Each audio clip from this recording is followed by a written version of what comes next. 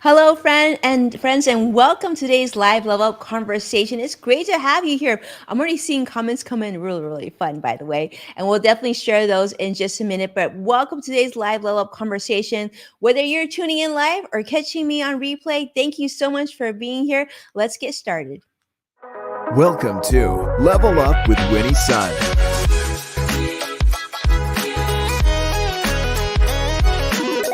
Market update.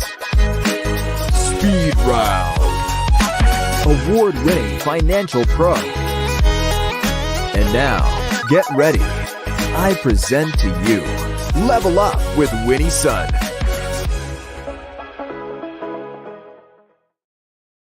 Hello, friends, and welcome to the show. That is right. I'm Winnie Sun, your host. I'm so grateful to be here with you. I'm also a Forbes contributor and a CNBC council member. And yeah, we're streaming here on over half a dozen different social media platforms. So jump in and do what I see many friends have done already, which is to comment, introduce yourself, let me know how you're doing. I see a lot of folks joining us already on YouTube Live, LinkedIn Live, as well as Facebook Live. What a fun day it is. All right, let's start and kick it off. Tell you how the market's currently doing. The Dow is currently up 34 points. NASDAQ is up 84 points. Currently, S&P 500 is also up 15. It's currently a triple up day, but we don't know how that's going to end. We have a few more hours before the market closes. And of course, we'll revisit those numbers again before the end of the show and just see, during the show if the market's still doing well. And let's start off with something that a lot of us been keeping an eye on the last few months, especially this week, and that is the talk of inflation. Now, we promised that we would have some data this week about last month. Well, in August, the Consumer Price Index, or the CPI, recorded, unfortunately, its largest monthly increase of the year, rising by 0.6%. Now, this surpasses many analysts, economists, and financial people, their expectations. And you might say, well, like the CPI goes up, isn't that a good thing? Not necessarily. Part of the reason why it went up is because of energy prices, which surged by more than 10% in the area of gas, which is a major contributor to the rise of energy prices. Food prices also increased, not as great as it went in the past, but I think we can all agree that the grocery bill is too high. Like it's really too high. The price of milk and eggs and romaine lettuce, like the staples that you might need in your household, those continue to go higher. Also, in the area of airlines, if you've been traveling or looking to book something for the holidays, you may have seen airline prices have gone up significantly, almost at 5%. They were down, of course, last year, but certainly travel is regained steam and in many ways is almost at 2019 levels. The other area that has gone up in price yet again is used vehicle prices. However, they've come down in terms of how much they've gone up. So that's sort of seen as a positive. But why should this matter? Because as things get more expensive, that also means the Fed's going to have to continue to increase interest rates. Now, one area that has continued to go up, but hasn't gone up as much, and just recently finally came down a little bit, is the increase in headline inflation as it pertains to your paycheck. Well, not necessarily your paycheck, but paychecks in general here in the U.S. They've been going up, right? The average hourly earnings have increased, but just last month, the real average hourly earnings have actually declined by just a smidge, but still has gone down a little bit. So the Federal Reserve now is officially focused on what they're going to do in the near future. And there are a lot of people speculating on whether or not interest rates will be rising this month or next month. A lot of speculation. People are thinking there's probably a 40% probability of a final increase in November of this year. So we'll see if interest rates continue to rise and whether it be sooner or later. And of course, for those of you who've been on sidelines waiting to purchase a new home or even a new car and looking at your credit card debt, interest rate going high, rates going higher, unfortunately, it doesn't look like things are getting any better any soon because inflation is still a very real problem. All right, let's segue over to another topic, which, if you've been following on social media, you probably saw this event trending on multiple platforms, especially on Twitter, which is now called X, and that's the Apple event.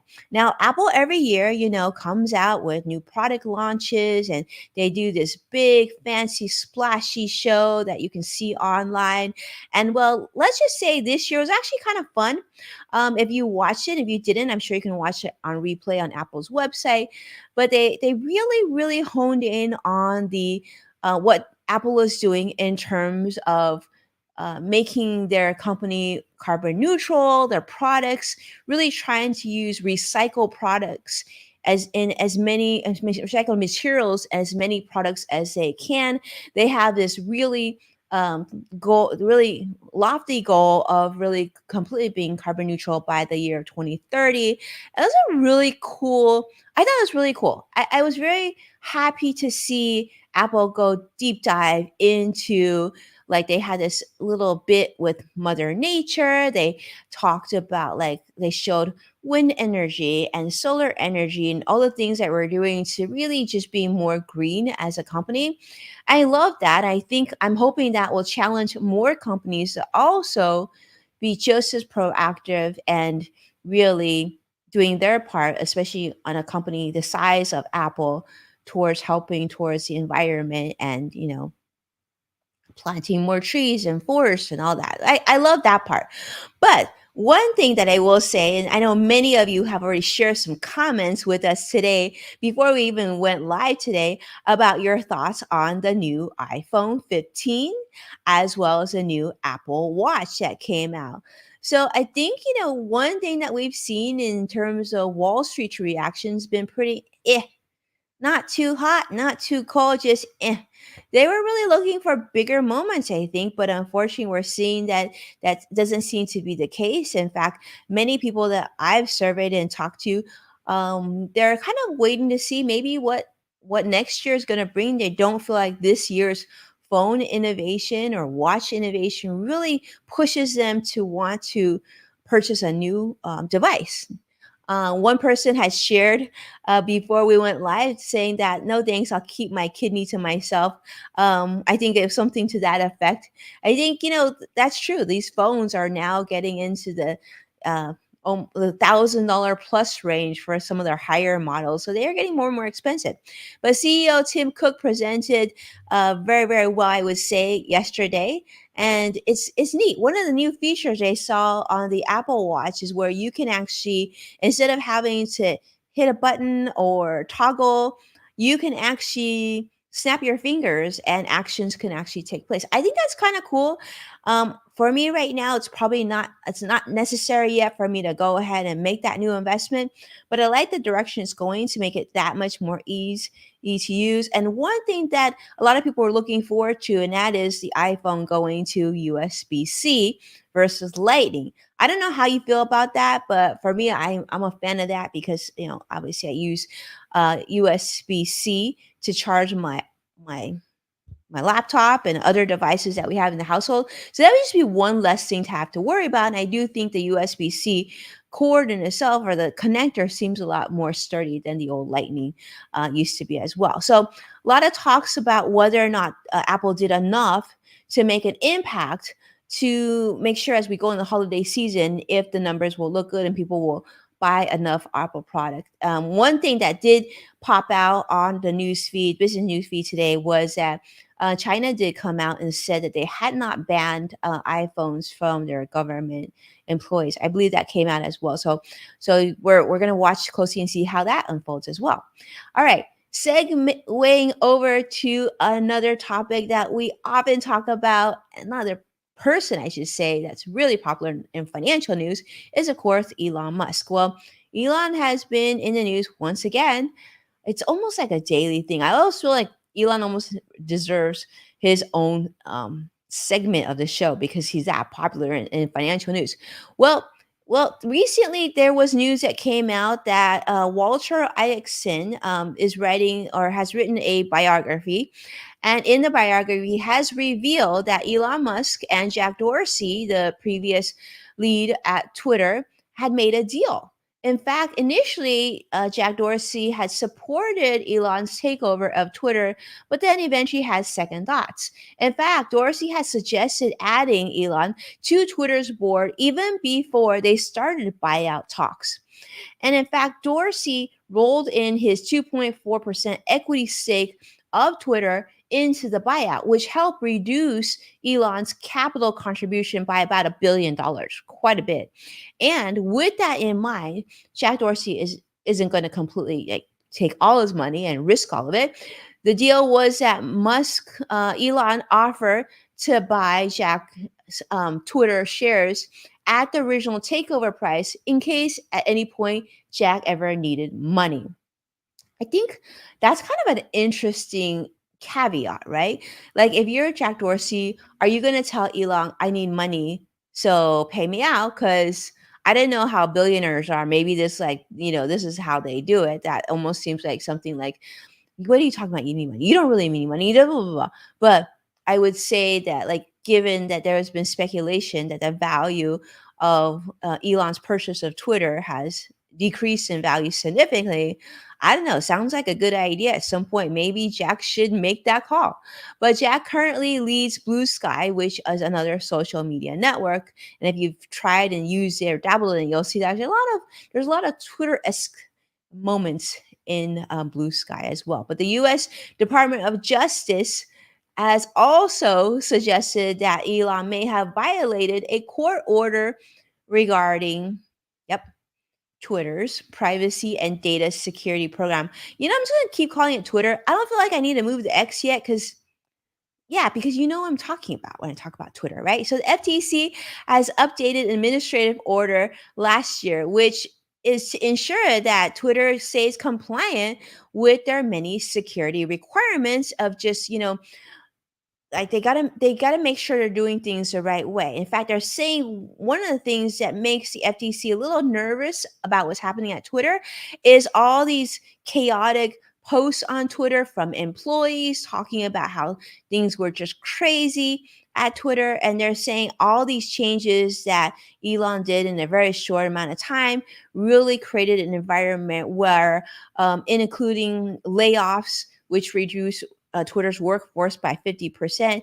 It also caused a lot of concerns about privacy and security. People at Twitter are saying this is hogwash, absolutely not true.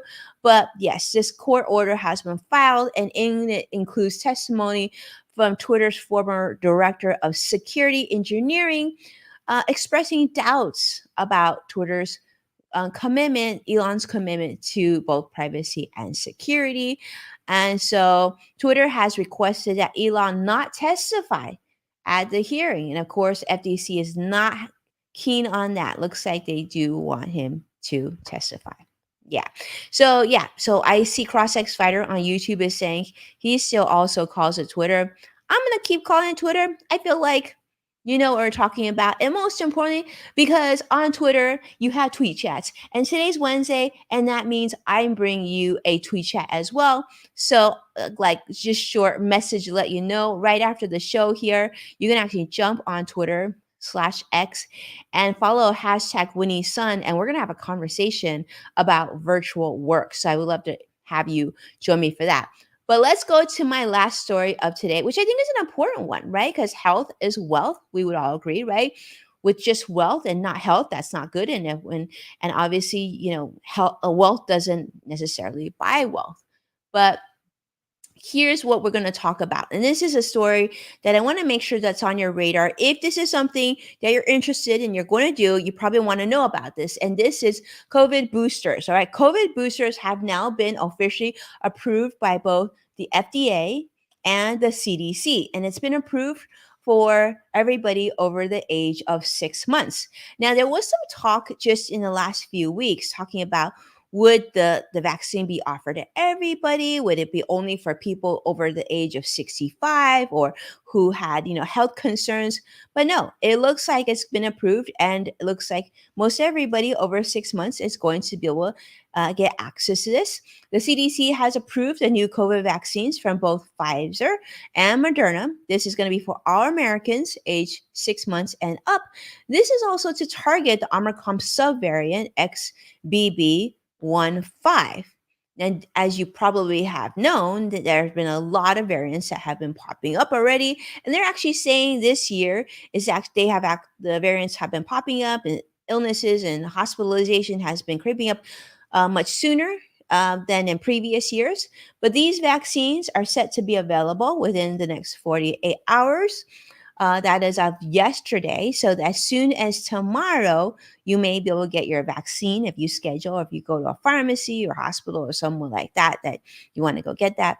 Now they did add this, and the FDA. The FDA is still currently reviewing a third updated vaccine. This is going to be from Novavax. And that is going to be, they're saying, for individuals age 12 and above. And I guess Novavax is based on the protein based vaccine, which is, I guess, the traditional vaccines that you may have had when you were a child, or even before, or as an adult, not the mRNA vaccine. So that's still waiting to be coming.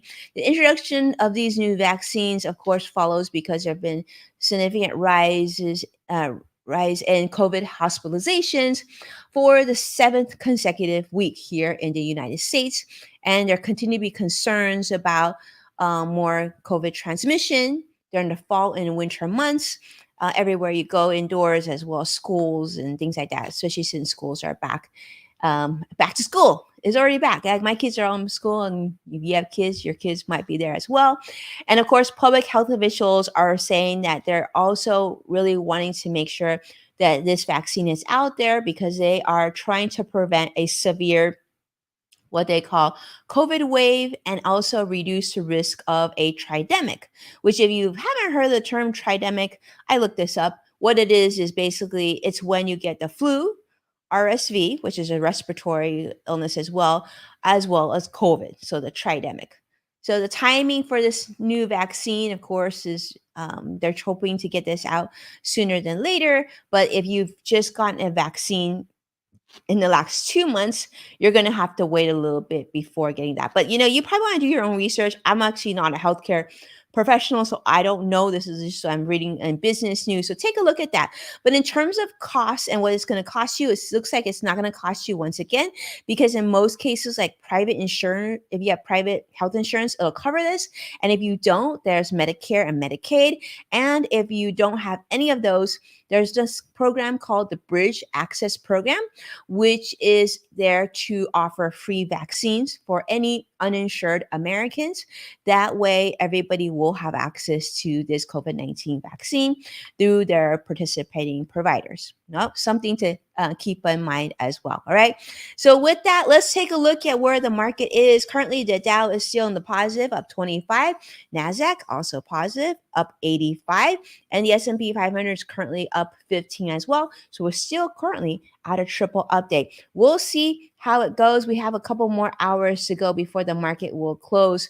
But we also are about 5 minutes away before the Winnie Sun tweet chat. So definitely jump on Twitter or X, whichever you prefer. Search for hashtag Winnie Sun. That's one word. We're going to be starting in just a moment. We have some incredible experts talking about virtual work and the future of virtual work, what they like and don't like, what they would like to see. We would love to get your input. All you have to do is join us. You can answer questions. I think we've got 14 questions coming today. You can answer, just reply, and you want to end your tweet or comment, post with a hashtag Winnie Sun, and that way everybody who's communicating about that topic is going to be able to see your answer. And if you're like nervous about jumping in, no worries. You can just join us, say hello. You can like a few posts if you want to. But I think you'll find it's a really, really welcoming and inclusive and amazing community. And we would love to get your thoughts on that, of course. And, we really love giving a lot of support there on social media, on Twitter. And with that, thank you so much for being a part of this show. I'm so grateful that you tuned in and being part of Level Up. If you could do me a favor, give us a like and subscribe if you want to make sure that you keep on date with all our future episodes. And don't forget, you can find full episodes of Level Up with Winnie Sun on NASDAQ and many other streaming platforms. With that, I'll look forward to seeing you again tomorrow, but hopefully I'll see you in Twitter in just 5 minutes. Take care now. Be well. Bye-bye.